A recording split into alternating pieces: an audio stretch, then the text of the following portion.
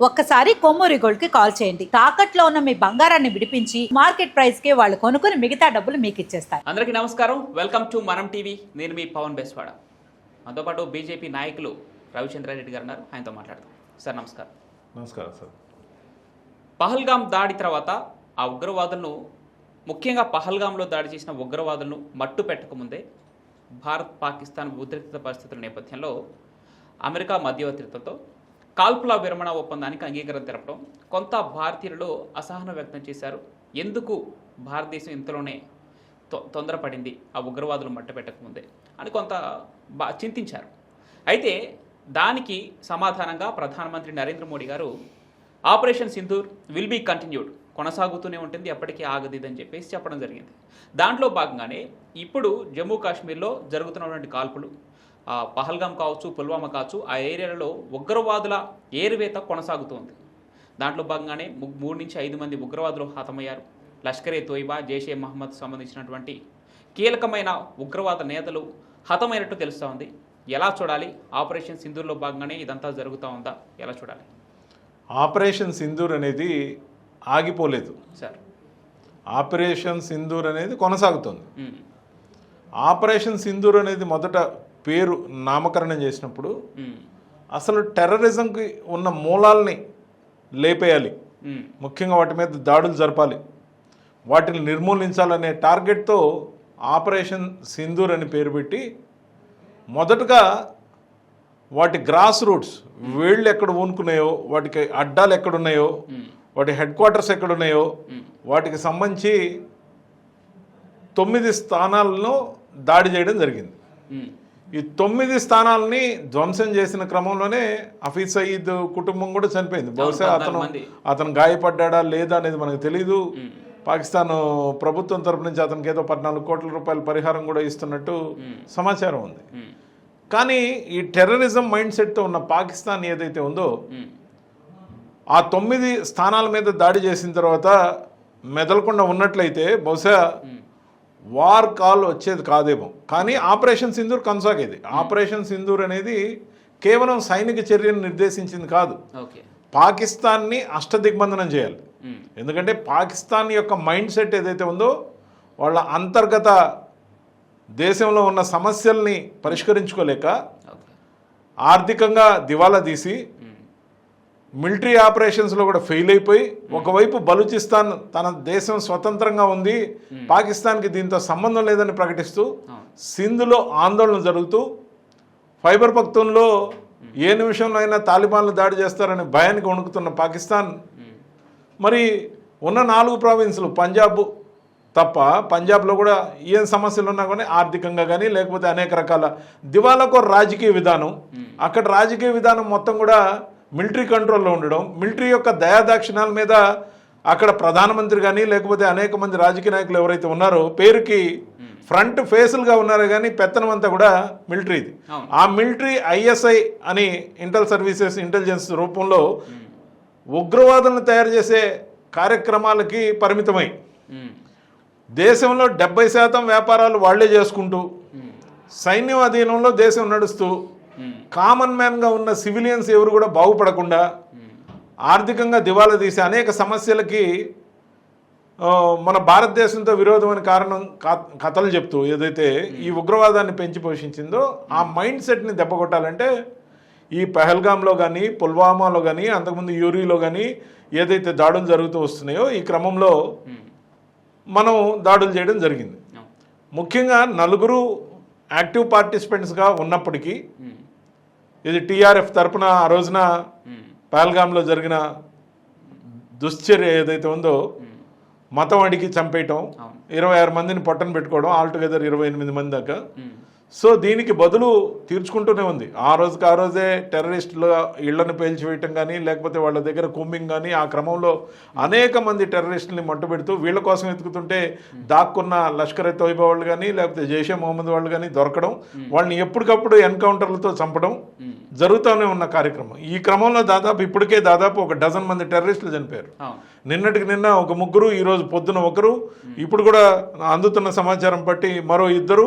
దాంట్లో ఆ స్కెచ్లకు కూడా 20 లక్షల రూపాయల బౌంటీ ఏదైతే వాళ్ళ మీద రివార్డు పెట్టారో అక్కడున్న నైసర్గిక స్వరూపం, అటవీ ప్రాంతం, కొండ గుహలు, లేకపోతే కలుగుల్లో దాంకున్న ఎలుకల్లాగా ఏదైతే ఉందో వెయిట్ చేస్తూ వాళ్ళ కోసం కూంబింగ్ ఆపరేషన్ జరుగుతూ ఉంది. ఇది మన అంతర్గతంగా మన నేల మీద ఉండి టెర్రరిజం చేసిన, ఫిజికల్గా పార్టిసిపేట్ చేసిన వ్యక్తులకు ఈ వేట అనేది కొనసాగుతుంది, భద్రతా దళాలు కొనసాగిస్తున్నాయి. ఇకపోతే పాకిస్తాన్ మీద మనం ఆపరేషన్ సింధూర్ పేరుతో చేపట్టిన తర్వాత ఒకరోజు గ్యాప్ తర్వాత పాకిస్తాన్ ఏం చేసింది, మన మీద టర్కీ నుంచి తెచ్చుకున్న డ్రోన్లు, చైనా నుంచి తెచ్చుకున్న మిసైల్స్, కొన్ని జెట్లని ఉపయోగించి మన మీద దాడికి ఉపక్రమించింది. ఆ క్రమంలో ఫుల్ స్కేప్ వార్ మొదలవగానే మన వాళ్ళు మన డిఫెన్స్ వ్యవస్థ ఏదైతే ఐరన్ డోమ్ లాగా ఒక టెక్నాలజీని క్రియేట్ చేసుకుని రక్షణ వ్యవస్థని పటిష్టం చేసుకుంటూ మన మీద ఏ మిసైల్ కానీ ఏ డ్రోన్ కానీ దాడికి ఏదైతే నిర్దేశించిన లక్ష్యం ఉందో అది చేరకముందే గాల్లోనే పేల్చేసే కార్యక్రమం విజయవంతంగా ఒక్కటంటే ఒక్కటి కూడా మన టార్గెట్లను తాకకుండా కాపాడుకోవడంతో పాటు మనం రివర్స్ అటాక్లో పాకిస్తాన్ ఎయిర్ బేసుల్ని, పాకిస్తాన్ మిలిటరీ బేసుల్ని ఏదైతే మనం కొట్టామో కొన్ని గంటల వ్యవధిలో పాకిస్తాన్ షేక్ అయిపోయింది. ఎంతగా షేక్ అయిపోయిందంటే ప్రపంచం అంతా ఆశ్చర్యపడే విధంగా పాకిస్తాన్ డొనాల్డ్ ట్రంప్ని శరణు కోరటం, బహుశా కొన్ని సమాచారాలు అనధికారికంగా ఉన్నప్పటికీ మన ఎయిర్ మార్షల్ ఎవరైతే దాన్ని ఖండించి మనం కిరాణా హిల్స్లో దాడి చేయలేదు, వాళ్ళ న్యూక్స్ ఏరియాలో మనం ఎటువంటి దాడి జరపలేదని చెప్పినప్పటికీ వినవస్తున్న వార్తలను చూస్తే, మన సోషల్ మీడియానే కాదు అనేక రకాల కథనాలను చూస్తే, ఇంటర్నేషనల్ కథనాలను కూడా చూస్తే, మీడియా కథనాలని, అక్కడ పాకిస్తాన్లో బహుశా వాళ్ళు స్టోర్ చేసుకున్న న్యూక్స్ ఏరియా కానీ లేకపోతే దాచిపెట్టిన ఏరియాల నుంచి కానీ ఏదో కదలిక రావడంతో పాటు 4.6 దాకా రిక్టర్ స్కేల్ మీద భూకంపం యొక్క తీవ్రతను చూపించడం, రేడియేషన్ గురవుతున్నారని ప్రజలంతా ఆందోళన చెందడం, అసలు మా పని అయిపోయింది, మేము ఏం చేయాలో తెలీదు, మీరే శరణం అని చెప్పి అటు యుఎన్ తలుపు తట్టడం, అమెరికా తలుపు తట్టడం జరిగింది. దాంతోపాటు స్వయంగా అక్కడ ఉన్న డీజీఎంఓ ఎవరైతే ఉన్నారో ఆయన పాకిస్తాన్ నుంచి మన విదేశాంగ శాఖకి సంబంధించి మన డీజీఎంఓలకి ఫోన్లు చేయడం, యుద్ధం ఆపమని కోరటం. పరిస్థితులు ఏమైనాయి అంటే గతంలో సాంప్రదాయకమైన గ్రౌండ్ ఫోర్స్తో యుద్ధం జరిగే రోజుల్లో రోజుల తరబడి నెలల తరబడి యుద్ధాలు జరిగేవి. మనం చేసింది ఏంటంటే మొదట మనల్ని మనం కాపాడుకోవడానికి ఐరన్ డోమ్ టెక్నాలజీ లాంటి దాంతో మనం ఆకాశ్ మిసైల్స్ కానీ S-400 కానీ సుదర్శన్ చక్ర అని మనం పేరు పెట్టుకున్నాం, రష్యా నుంచి ఇంపోర్ట్ చేసుకున్నాం. దాదాపు వాటితో మనం సురక్షితంగా ఏదైతే చేసుకున్నామో మనం ప్రయోగించిన బ్రహ్మోస్ అనే బ్రహ్మాస్త్రం వాళ్ళని కకావికలం చేసేసింది, పూర్తిగా ధ్వంసం చేసిన ఆ కార్యక్రమంలో ఎప్పుడో నెలల తరబడి జరగాల్సిన నష్టం గంటల వ్యవధిలో పాకిస్తాన్కి ఎప్పుడైతే ఏర్పడిందో, ఒకవైపు వాళ్ళకి చమురు సంక్షోభం, వాళ్ళ దగ్గర డీజిల్ కానీ పెట్రోల్ లేకపోవడం, ఒకవైపు ఆర్థిక సంక్షోభం, బ్యాంకుల దగ్గర 3,000కి మించి డ్రా చేసుకునేదానికి లేదంటే ప్రజల్లో తిరుగుబాటు వచ్చి బ్యాంకుల్ని ధ్వంసం చేసి దొరికిన కాడికి దోచుకుపోవడం, అంతర్గత తిరుగుబాటు, బలూచిస్తాన్ కానీ సింధులో ఆందోళన కానీ, ప్రజలు రోడ్డు ఎక్కడం కానీ, ప్రభుత్వానికి వ్యతిరేకంగా నవ్వులాట తీరులో వాళ్ళ ప్రధానమంత్రి గురించి మాట్లాడడం కానీ, వాళ్ళ సైనిక అధ్యక్షుడు కలుగులో దాక్కోవడం కానీ, మరి షాబాజ్ షరీఫ్ ఎక్కడ పోయాడో తెలియదు, అండర్ గ్రౌండ్లో బంకర్లో ఉన్నాడని చెప్పడం కానీ, అసలు ఉనికే లేకుండా పోయింది 2 రోజుల్లో. మరి శత్రువు పూర్తిగా చేతులు ఎత్తేసినప్పుడు సంపూర్ణమైన ధ్వంసం మనం ఎవరిని చేయాలి? పాకిస్తాన్ ప్రజలను చేయాలనా? అంతేకాకుండా మనం ఏదైతే నిర్ణయం తీసుకున్నామో టెర్రరిజం కంటిన్యూ అయినంత వరకు మా నీళ్లు మీకు ఇచ్చేది లేదని చెప్పి ఏదైతే ఆపామో ఆపరేషన్ సింధూర్లో భాగంగా అది కొనసాగుతుంది. అంతేకాదు మన దాడుల్లో చనిపోయిన టెర్రరిస్టులకు సంబంధించి అక్కడి కరుడుగట్టిన తీవ్రవాదులు మరియు మిలిటరీ ఆఫీసర్లు ఎవరైతే కొంతమంది వాళ్ళకి అంతిమ సంస్కారాలు నిర్వహించేటప్పుడు ప్రజెంట్లో ఉన్నారో ఆ ఫోటోలన్నింటినీ కూడా ఈరోజు యుఎన్లో ప్రస్తావిస్తోంది భారతదేశం. ప్రపంచం ముందు పాకిస్తాన్ని పూర్తిగా నగ్నంగా నిలబెడుతోంది వాళ్ళు చేస్తున్న దుశ్చర్యలు.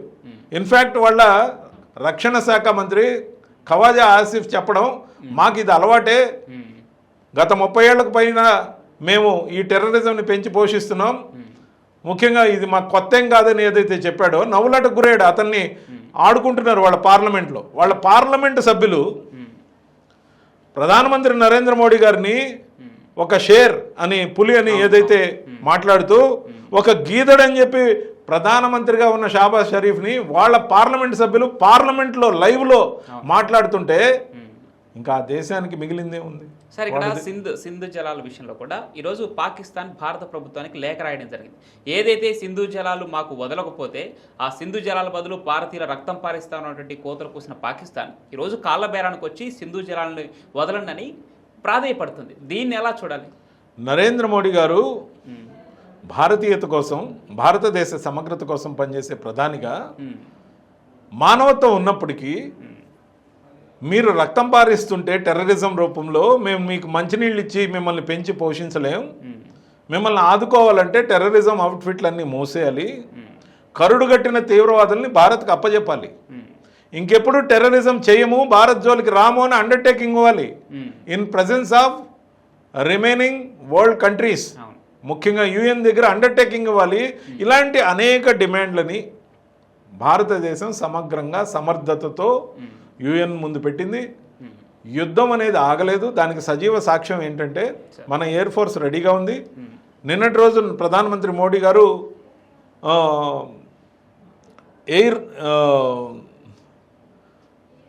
ఎయిర్ చీఫ్కి సంబంధించి, ఎయిర్ ఫోర్స్కి సంబంధించి దాంట్లో ఫ్లైట్లో కూడా ఆయన వెళ్ళొచ్చారు.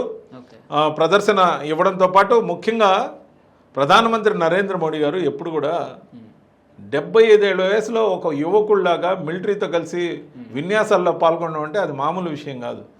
వాళ్ళ ప్రధానమంత్రి ఏమో దాక్కున్నాడు కలుగులో, వాళ్ళ సైనిక అధ్యక్షుడేమో ఇక్కడ మన డే టు డే అప్డేట్స్ కానీ ఎవ్రీడే వాట్ యాక్షన్ అనేది జరిగిందనే దానికి సంబంధించి కానీ మన మిలిటరీ ఆఫీసర్సు, త్రివిధ దళాధిపతులు, మహిళలు ముఖ్యంగా సోఫియా ఖురేషి గారు కానీ, లేకపోతే వ్యోమికా సింగ్ గారు కానీ, లేకపోతే మన విక్రమ్ మిశ్రీ ఫారిన్ సెక్రటరీ కానీ ఎవరైతే ఉన్నారో వాళ్ళకి సంబంధించి వాళ్ళే బ్రీఫింగ్ ఇచ్చారు. చాలా హుందాగా జరిగింది.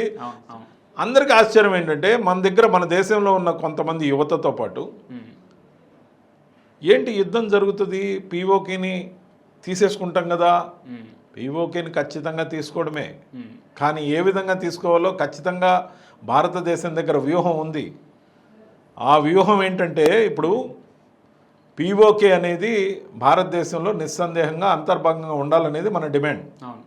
ఈ రోజున బలూచిస్తాన్ పాకిస్తాన్ మ్యాప్లో 44% ఆల్రెడీ స్వతంత్ర దేశంగా డిక్లేర్ చేసుకొని భారత జాతీయ గీతాన్ని పాడుతున్నారు అక్కడ చిన్నారులు. భారతదేశ జెండాతో వాళ్ళ జెండాను జతకూర్చి మనకు మద్దతు ఇవ్వమని, వాళ్ళ విదేశాంగ కార్యాలయాన్ని ఢిల్లీలో ఓపెన్ చేసుకుంటామని, ఓపెన్ వీసాలు ఇస్తామని, బలూచిస్తాన్కి ఒక కరెన్సీ ఏర్పాటు చేసుకున్న తోడ్పడమని అడుగుతున్నారు. మనం అంటే బలూచిస్తాన్ పాకిస్తాన్లో 44% విడిపోతుంది.